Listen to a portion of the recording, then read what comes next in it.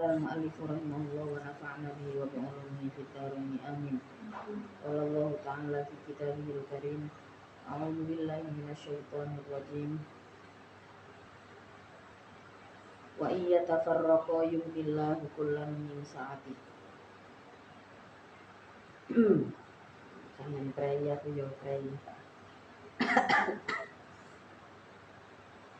Sehat kabeh. Wa in tafarraqa, dan apabila saling berpisah,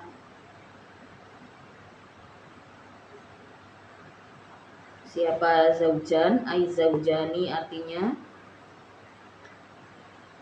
suami istri ditolaki sebab talak, yuni maka akan mencukupkan siapa Allah bulan pada tiap-tiap orang ansahibihi dari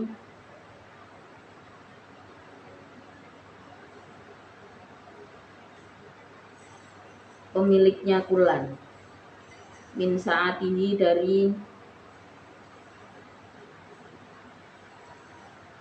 kejembaran rahmat Allah. Ai fadhala artinya ai fadlihi artinya kedermawanan Allah,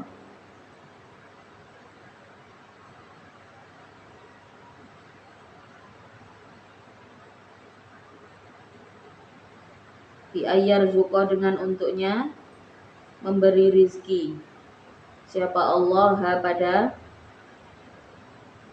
zauj, pada perempuan yang ditalak, zaujan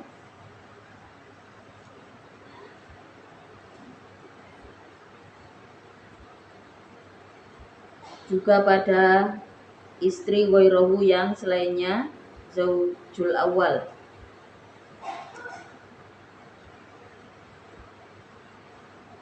Wa yarzuqu dan memberikan rizki siapa Allah pada zauj ghairaha pada selainnya, ghairaha pada selainnya zauj.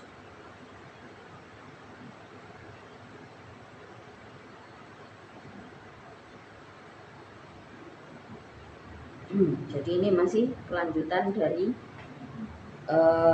ayat sebelumnya ya, dimana ayat sebelumnya itu menjelaskan tentang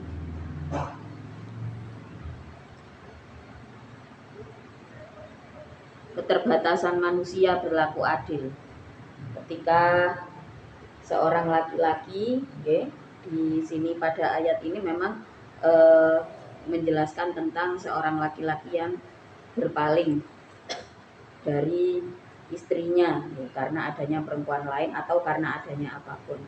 Konteksnya di sini yang dimaksud pada ayat sebelumnya di garis besari ketika seorang laki-laki tertarik dengan perempuan lain kemudian melangsungkan pernikahan, berpoligami. Bagaimana yang ditentukan oleh Allah pada ayat sebelumnya dijelaskan walan tastati'u an ta'dilu bainan nisa walau harastum. Kamu tidak akan sanggup untuk berlaku adil di antara para perempuan. Nah, jadi kalau maka ya tidak heran ada satu kalimat yang entah ini perkataan ulama atau hanya kalimat bangsa Arab dikatakan ketika seorang laki-laki yang sudah menikah, seorang pria dewasa sudah menikah dan jatuh hati pada perempuan lain, maka bisa dipastikan harusnya yang dipilih bukan istrinya, tapi yang datang, yang baru. Kenapa? Karena hatinya sudah tidak lagi untuk yang pertama. Jadi maka di Al-Quran juga dijelaskan bahwasanya kalau toh sampai ini terkumpul di dalam Islam ada solusi yang disebut dengan poligami gitu ya. Ini juga ditekankan oleh Allah bahwa adil itu bukan sesuatu yang bisa diusahakan oleh manusia. Maka Allah mengatakan walan tastati'u an ta'dilu. Kamu tidak akan mampu untuk berlaku adil bainan nisa'i di antara perempuan walau harostum, sekalipun kalian sudah berusaha. Kenapa? Karena hati manusia adalah keterbatasan. Jadi kalau itu dijalankan berarti harus diikutilah aturan syariat, ya, tatanan syariat mengenai giliran, ya, mengenai waktu kunjungan gitu ya. Itu harus diikuti. Kenapa aturan ini dibuat? Karena memang ketika seseorang itu di hatinya ada keputusan mendua, secara otomatis di sini keadilan itu sudah jelas tidak ada. Ini karena yang bisa adil itu hanya Allah. Hanya Allah yang maha adil. Jadi sebenarnya manusia itu sudah diperingatkan. Kalau tidak pengen sekalipun berusaha untuk adil tetap nggak bisa. Karena mengendalikan hatinya sendiri saja tidak bisa, apalagi mengendalikan kecemburuan dari pasangan-pasangan yang ada. Ini sudah sangat berat tentu saja, nih. Maka dipastikanlah oleh Allah di dalam Al-Quran, nggak mungkin bisa berlaku adil. Nah, terus tapi kemudian di ayat tersebut dilanjutkan fala tamilu kullal maili, di ayat atasnya gitu. Saya sangkutkan sedikit karena memang masih bersambung dengan ayat yang kita baca. Fala tamilu kullal maili fatadaruha kal mu'allaqah. Maka jangan condong pada seseorang yang kamu condongi saja hatinya gitu ya. Jadi jangan berlakulah adil sesuai dengan tatanan syariat kan gitu ya. Sekalipun manusia nggak mungkin bisa adil. Fala tamilu kullal maili fatadaruha kal mu'allaqah. Sampai saking nggak bisanya adil ya. Terus di sini diperingatkan ya jangan sampai jangan sampai ketika menikah lebih dari satu kemudian condongnya atau kemauan untuk berkomunikasi itu hanya pada salah satunya, hanya dengan sing disrekit tok istilahnya ngoten. Ini fala tamilu kullal maili fatadaruha kal mu'allaqah. Maka kemudian di situ kamu menggantungkan istri yang tidak dicondongi atau menggantungkan istri pertama, posisi menggantungkan. Jadi di sini dikatakan kal mu'allaqati la ya'aimun waladatu ba'lin. Jadi al mu'allaqah itu kondisi satu hubungan yang menggantung. Tidak juga layak disebut sebagai istri, ya, tapi juga tidak ada keputusan untuk berpisah. Nah ini nggak boleh. Jadi menggantungkan hubungan itu di dalam Islam juga nggak boleh. Nah, maka putuskan kalau memang poligami ya berlaku adil sesuai dengan kesepakatan, sesuai dengan ketentuan syariat dan memang harus ada kesepakatan. Ayat ini turun adalah ketika di saat Rasulullah kebingungan menghadapi pada saat itu Sayyidah Sauda yang mulai tua gitu ya, dan kemudian sudah mulai kehilangan kepercayaan diri di dalam hubungannya dengan Rasulullah karena memang beliau sudah tua, usianya memang lebih tua dari Rasulullah.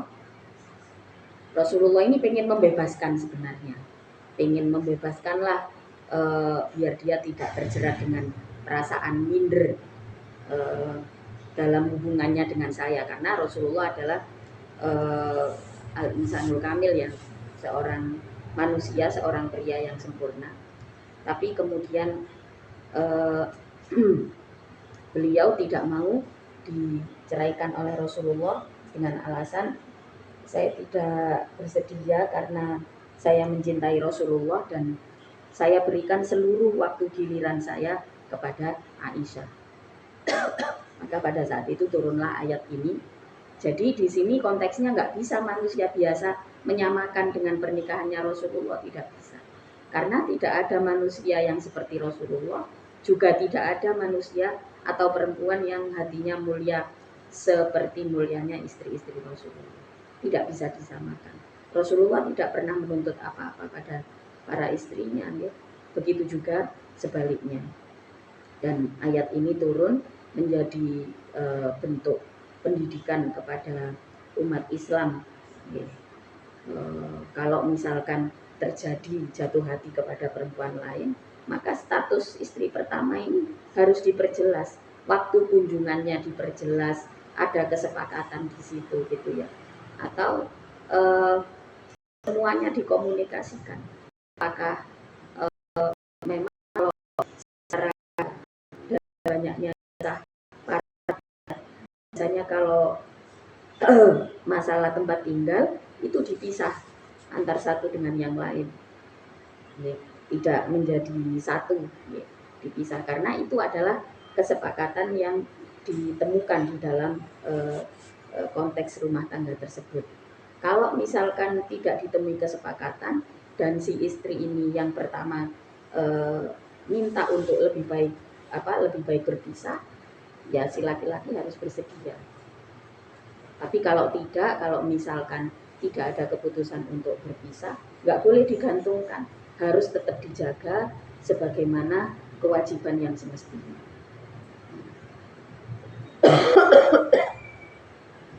Maka itu bukan satu keputusan yang mudah.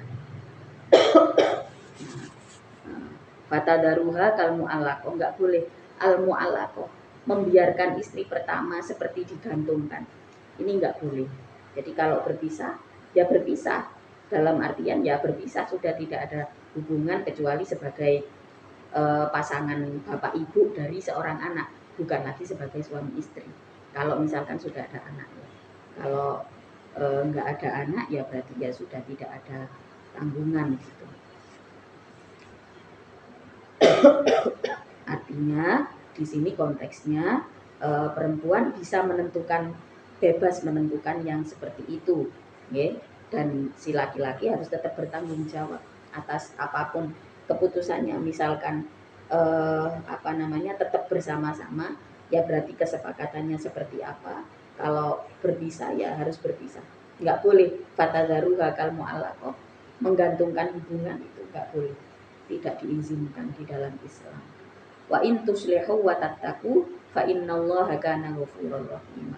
Nah, kalau misalkan disepakati untuk bersama-sama, ada islah, ada perdamaian di situ, entah dengan tetap bersama-sama atau berpisah dengan cara yang baik, ya, maka di sini diakhiri dengan kalimat wa in tuslihu wa tattaqu, maka bertakwalah, jangan sampai mengulang kesalahan yang sama di masa depan. Yang peringatan ini adalah tentu saja bagi kaum laki-laki, ya, karena ayat ini tujuannya ditujukan kepada kepada laki-laki gitu ya. Jangan sampai mengulang kesalahan yang sama. Wa innallaha kana ghafurur rahim. Terus kemudian wa in tafarraqo, kalau misalkan diputuskan untuk berpisah, wa in tafarraqo yuhnillahu kullam min sa'ati. Maka berarti kenapa di sini dikaitkan dengan rizki? Karena biasanya perempuan itu tidak mau berpisah karena misalkan laki-lakinya bertanggung jawab secara finansial, otomatis berat untuk berpisah karena memang apalagi kalau sudah ada anak atau si perempuan sudah tidak punya wali, tidak dari sejak menikah sudah tidak bekerja, maka selama ini kehidupannya sehari-hari ditanggung oleh suaminya gitu ya, oleh si laki-laki. Biasanya pasti berat untuk mengambil keputusan berpisah. Kembali lagi di dalam rumah tangga itu keputusan untuk bertahan atau berpisah bukan keputusan yang mudah, ya. Kedua-duanya tidak boleh dicela. Satu pasangan yang kelihatannya pernah mengalami turbulensi yang kuat gitu ya, contohnya contoh artis saya yang enak ya, Lesti pernah dibanting sama suaminya tapi masih memutuskan untuk islah. Kita nggak boleh mencela keputusan itu, bisa jadi itu keputusan terbaik di rumah tangganya, dan mungkin dari pihak suami bersedia untuk memenuhi, karena di situ kan ada islah ya, memenuhi untuk tidak mengulang kesalahan yang sama, ya kita nggak tahu. Itu juga bukan keputusan yang mudah. Begitu juga dengan keputusan untuk berpisah. Itu juga bukan keputusan yang mudah. Nah, kalau memutuskan untuk berpisah, wa in tafarraqo yughnillahu kullam min sa'ati. Kalau misalkan diputuskan untuk berpisah, maka pada dasarnya Allah tetap mencukupi. Ya. Harus diyakini ketika sudah berpisah, oh berarti saya, atau di sini konteksnya adalah seorang istri tersebut, sudah tidak lagi menjadi tanggung jawab suami.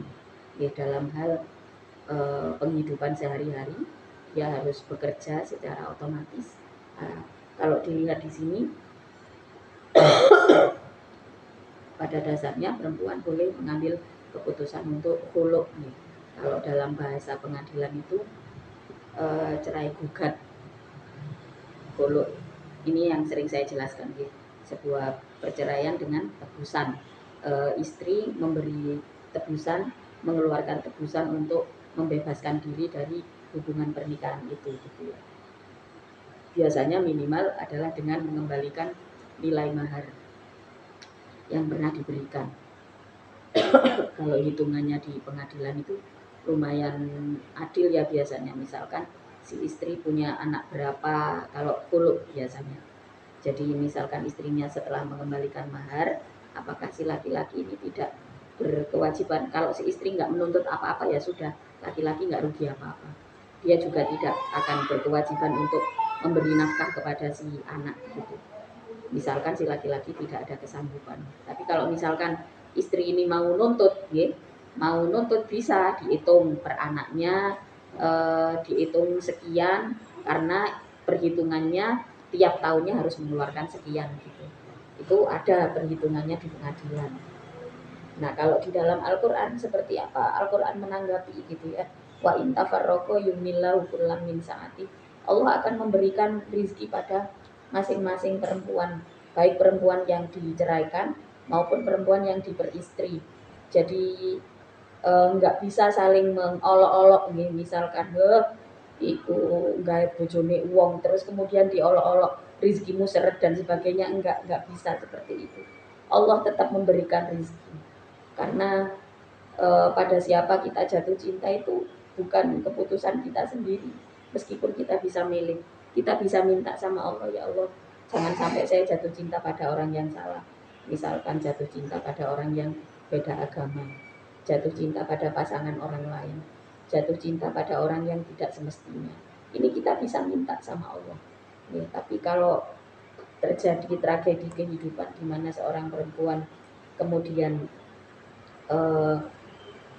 menikah dengan seorang laki-laki yang sudah beristri, pada dasarnya rezekinya ya tetap berada di dalam tanggungan Allah. Berada di dalam tanggungan Allah. Wa in tafarraqo wa iya tafarraqo yumillahu kullam min sa'ati. Yang diceraikan juga rezekinya tetap ditanggung sama Allah. Maka ada kata-kata kullan di situ ya. Yumillahu kullan. Kenapa? Karena biasanya istri baru ini ya, kan orang perempuan itu repot ya. Kalau misalkan dijadikan yang nomor 2 juga akan menjadi omongan masyarakat kan gitu ya. Terus kalau misalkan yang pertama diceraikan dan ini jadi satu-satunya gitu, juga tidak lepas dari omongan orang, karena memang salah ya. Nggak ada lah perempuan baik-baik yang mau menggait suami orang, itu kan nggak ada. Tapi kalau itu terjadi ya tetap ada rezeki Allah di dalamnya, karena sifat daripada Allah itu adalah Ar-Razzaq. Allah Maha Pemberi rezeki. Bagaimanapun perilaku umat manusia, bagaimanapun perilaku kita sebagai perempuan, Allah tetap memberikan rezeki. Yo, maka hendaknya adalah rasa malu di hati kita. Yang paling penting sekarang, karena kalian masih muda-muda, minta sama Allah, ya Allah jangan sampai saya jatuh cinta pada orang yang salah. Ini nggak enak ya. Kalau kita jatuh cinta pada orang yang salah itu sakit. Kita menderita sendirian ya. Orang lain hanya lihat terus kemudian mentertawakan kan. tumpuk-tumpuk lorone gak enak. Berikutnya wa iya tafarraqa yumnillahu kullam min saati. Wa kana dan ada siapa Allah itu wasi'an, maha luas li khalqihi terhadap makhluknya Allah fil fadli di dalam memberikan anugerah. Hakiman pun ahli hikmah, pun ahli menghukumi fima di dalam perkara dabaro yang memerintahkan siapa Allah hu pada ma lahum terhadap khalqi. Wa kana Allahu wasi'an hakimah. Jadi daripada menggantungkan status istri, itu lebih baik menceraikan. Itu. Jadi kadangkala perpisahan baik itu dalam bentuk talak maupun khuluk, kadang-kadang itu justru yang terbaik daripada tergantung-gantung menggantung di dalam sebuah hubungan. Istri tapi tidak pernah dinafkahi, statusnya istri tapi hatinya untuk orang lain, daripada menggantungkan hubungan perpisahan di keputusan untuk berpisah, itu lebih baik. Allah sendiri sudah janjikan wa kana Allahu wasi'an hakimah. Artinya kalau perpisahan itu sudah menjadi keputusan, maka tidak bisa berpegang pada siapa-siapa, apalagi berpegang pada omongan orang, nggak bisa. Yang bisa kita pegangi adalah Allah, karena Allah yang maha luas hukumnya.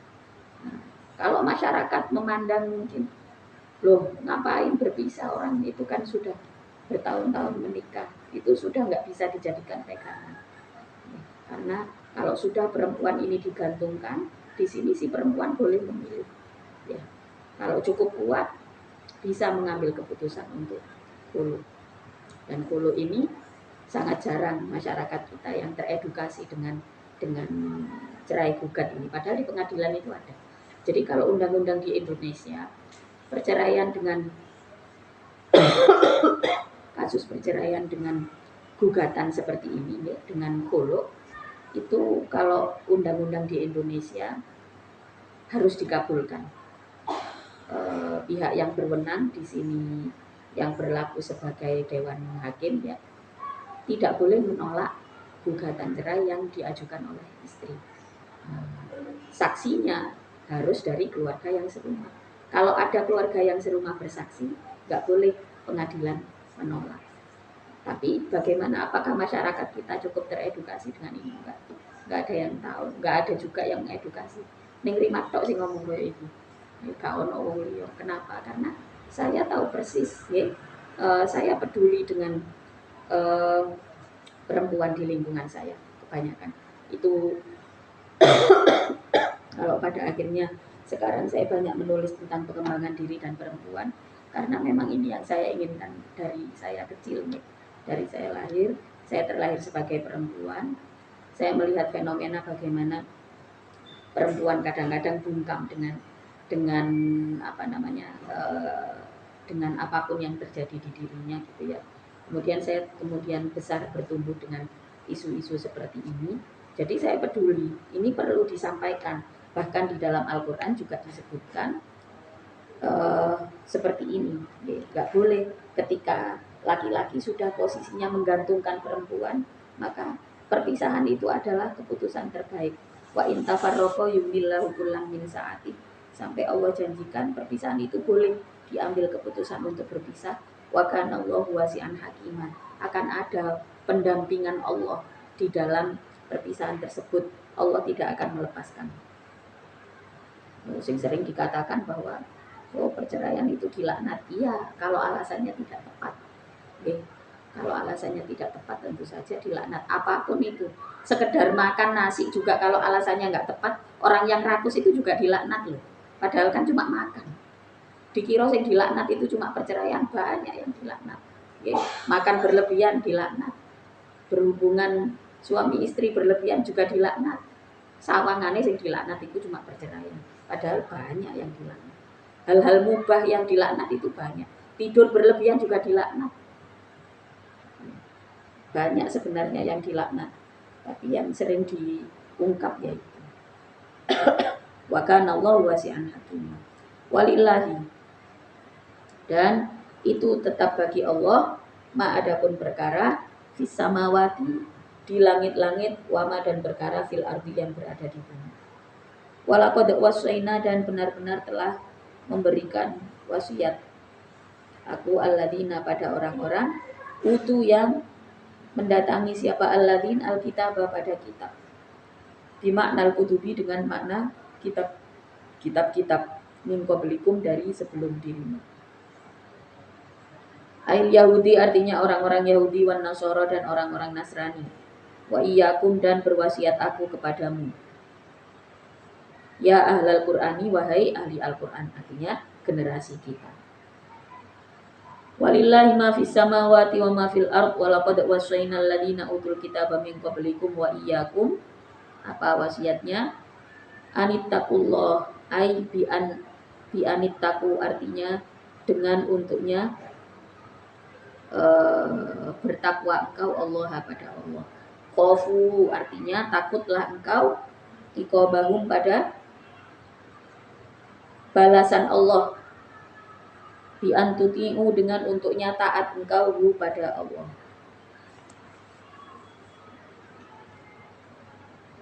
Wa qulna dan mengucapkan aku lahum terhadap alladzin walakum dan kepadamu intakfuru. Apabila kufur engkau bima dengan perkara usi yang diwasiatkan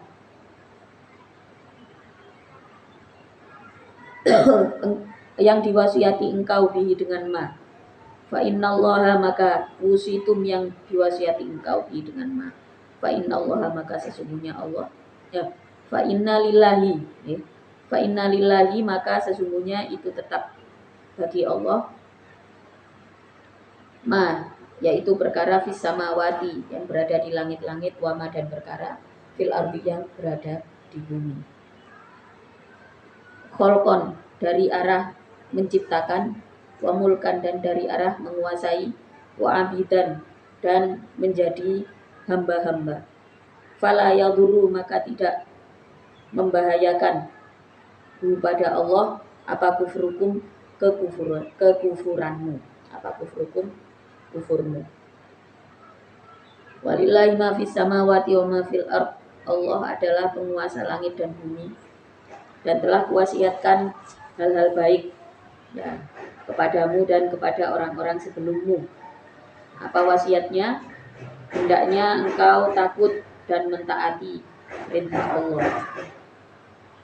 Wa in takfuru fa inna lillahi ma fis samawati wa ma fil ard. Nah, kalau toh manusia kufur tidak akan merugikan apa-apa bagi Allah. Oke, karena langit dan bumi itu adalah milik Allah. Wakana dan ada siapa Allah itu wonian maha kaya, maha tidak butuh. Itu wonian maha kaya an khalqihi dari makhluknya Allah. Wa ibadatihi dan dari ibadahnya khalqi. Hamidan pun maha terpuji. Mahmudan artinya zat yang dipuji fi sun'ihi di dalam perbuatan Allah. Bihim dengan khalqi. Bihim dengan khalqi. Wa kana Allahu ghaniyan hamida. Tidak perlu khawatir. Ya, di sisi lain manusia tidak perlu khawatir atas rezekinya, maka ia harus bergerak di saat yang sama. Manusia juga hendaknya takut pada balasan Allah, takut untuk bermaksiat, takut untuk mengkufuri Allah. Kalau Allah nggak ada rugi apa-apa, karena Allah maha kaya, Allah maha terpuji. Walillahi dan itu tetap bagi Allah ma adapun perkara fis samawati yang berada di langit-langit, wama dan perkara fil ardi yang berada di bumi. Karroro mengulang siapa Allah pada walillahi ma fis samawati wa ma fil ard ta'kidan karena mengokohkan litakriri mujibit taqwa terhadap menetapkan kewajiban bertakwa. Terhadap menetapkan kewajiban bertakwa. Walillahi ma fis samawati wa ma fil ard. Diulang lagi. Wa kafa dan telah mencukupi billahi dengan Allah apanya wakilan kesaksiannya, syahidan artinya zat yang maha menyaksikan, di annama dengan sesungguhnya perkara fihima yang berada di dalam samawat wal ard itulah tetap bagi Allah. Iya sya apabila menghendaki siapa Allah yudhib maka menghilangkan, memusnahkan siapa Allah kum padamu. Ya ayyuhan nasu wahai manusia. Wa ya'ti dan mendatangkan siapa Allah bi akhorina dengan orang lain. Badalakum karena menjadi pengganti. Gak usah sok berkuasa. Tidak perlu sok merasa yang paling baik. Gitu. Karena apa? Iya sya'yudhibukum ayyuhan nas wa ya'ti bi akharin. Kalau orang itu sok kuasa, maka sebenarnya Allah bisa menggantikan kita dengan siapapun dan hanya Allah yang bisa. Ini juga berlaku ketika kita merasa terancam pada satu posisi. Pada satu posisi. Posisi ini tidak akan tergantikan kecuali Allah yang menggantikan. Kecuali Allah yang menggantikan. Maka manusia pada posisinya nggak perlu khawatir disabotase orang lain. Posisi kita saat ini Allah yang kasih. Kalau kita sudah digantikan, maka itu sudah ketentuan Allah untuk digantikan. Jadi kalau kita mendapatkan, kita nggak perlu terlalu rakus terhadap satu posisi, karena ada saatnya kita mendapatkan posisi yang layak untuk kita dan tidak akan tergantikan jika bukan Allah yang menggantikan. Nah, ini terkait sosial, posisi di ranah sosial atau posisi kita di sisi orang lain, posisi kita di mata orang lain, di mata orang tua misalkan, tidak akan sama. Kalau kita mau mencari validasi yang paling tepat, ya validasi di sisi Allah. Bahkan di depan orang tua kita juga, orang tua kita itu manusia. Kadang-kadang opo sing apik iku kok mbakku wae. Opo sing apik iku kok adikku wae. Aku itu mesti diarani koyok ngene. Ini kadang-kadang juga terjadi nih di dalam kehidupan keluarga kita. Gitu. Begitu juga orang tua. Saya di mata anak. Posisi tersebut, amanah tersebut datangnya dari mana? Ya dari tidak kita tua atau orang tua menggantikan kita, ya, atau kita menggantikan posisi orang lain, itu tidak akan mungkin, ya, kecuali Allah sendiri yang menggantikan. Itu yang meletakkan manusia. Ya. Kalau kita merasa generasi saya yang paling bagus, jangan salah, di masa depan juga akan ada generasi lain yang menggantikan kita. Itu maksudnya. Jadi kita nggak bisa bersombong diri bahwa kita adalah manusia paling baik. Kita bisa baik saat ini karena Allah memposisikan kita pada posisi ini.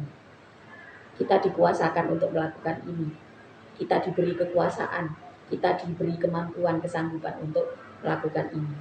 Kalau Allah ingin menghendaki untuk menggantikannya, Allah akan gantikan dengan mudah. Tapi selagi amanah kita itu ada, ya kita pegangi baik-baik. Kita jalankan amanahnya. Jangan amanah itu kemudian terkotori dengan kekhawatiran. Khawatir posisinya disabotase orang lain. Kekhawatiran akan sabotase orang lain ini juga nggak baik. Kenapa? Karena pada dasarnya sabotase itu nggak mungkin kalau tidak Allah yang menghendaki.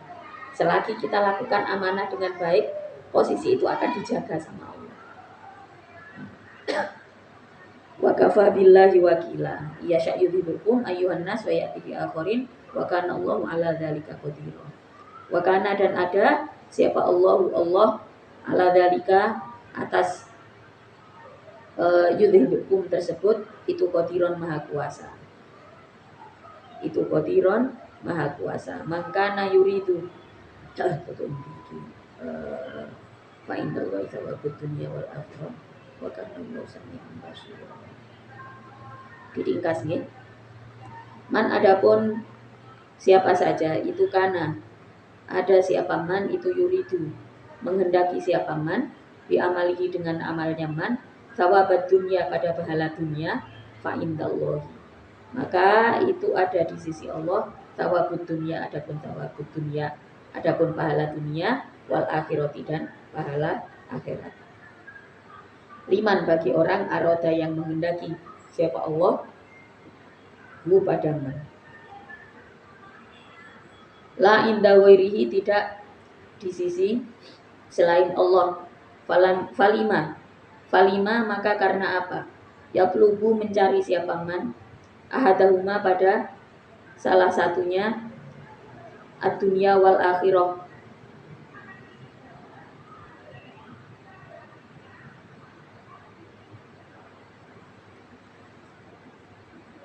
Al-aqsa yang lebih hina, lebih rendah.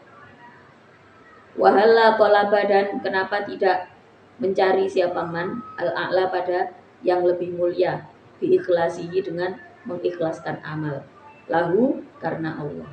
Jadi maksudnya adalah maka na yuridu sawabat dunia fa indallahi sawabud dunya wal akhirah. Sama-sama Allah punya pahala dunia juga punya pahala akhirat. Maka kenapa kita hanya mengharapkan keuntungan dunia? Kenapa kita hanya mengharapkan pahala dunia? Padahal kedua-duanya Allah yang punya. Kalau kita sama-sama mintanya pada Allah, ya minta kemuliaan yang lebih besar. Minta kemuliaan yang lebih besar. Tidak hanya minta pahala dunia, juga Allah yang kasih. Gitu. Pahala akhirat juga Allah yang kasih. Kalau kita minta sama Allah, minta yang lebih besar dari sekedar pahala dunia. Pahala dunia tentu saja besar. Misalkan kita minta sama Allah, ya Allah berikan saya, pertemukan saya dengan pasangan yang pas. Kelihatannya itu adalah pahala dunia. Ya. Tapi di situ karena kita mintanya sama Allah, minta yang lebih dari itu. Ya, minta yang lebih dari itu. Ya, selain pas, dia juga soleh, gitu ya. Mau mendengarkan apa kata saya, mau menerima saya apa adanya, minta semua sama Allah. Allah Maha Kaya, Allah bisa memenuhi semuanya. Yang terpenting minta sama Allah. Ya Allah, izinkan saya bertemu dengan seorang pasangan yang bisa saling mendukung dalam kebaikan. Ini jelas bernilai dunia, juga jelas bernilai akhirat. Sesuatu yang besar. Kalau sekedar minta, ya Allah saya minta orang itu, ya Allah orang itu ganteng sekali. Ini kita hanya minta nilai dunia saja. Saya minta pasangan ya Allah yang mobilnya ini. Itu minta dari itu. Minta pasangan yang bisa saling mendukung dalam kebaikan. Minta pasangan yang bisa diajak ngobrol tentang hal-hal yang baik, bisa menjadi teman bertumbuh. Itu tentu permintaan yang lebih besar dari sekedar minta pasangan yang ganteng. Minta saja sama Allah.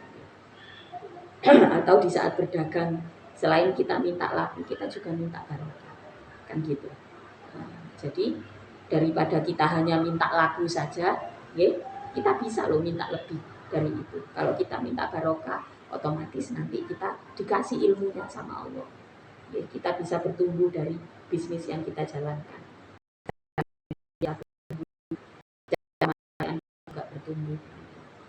Itu. Jadi arti daripada ayat ini adalah kalau kita minta sama Allah, ya, minta balasan.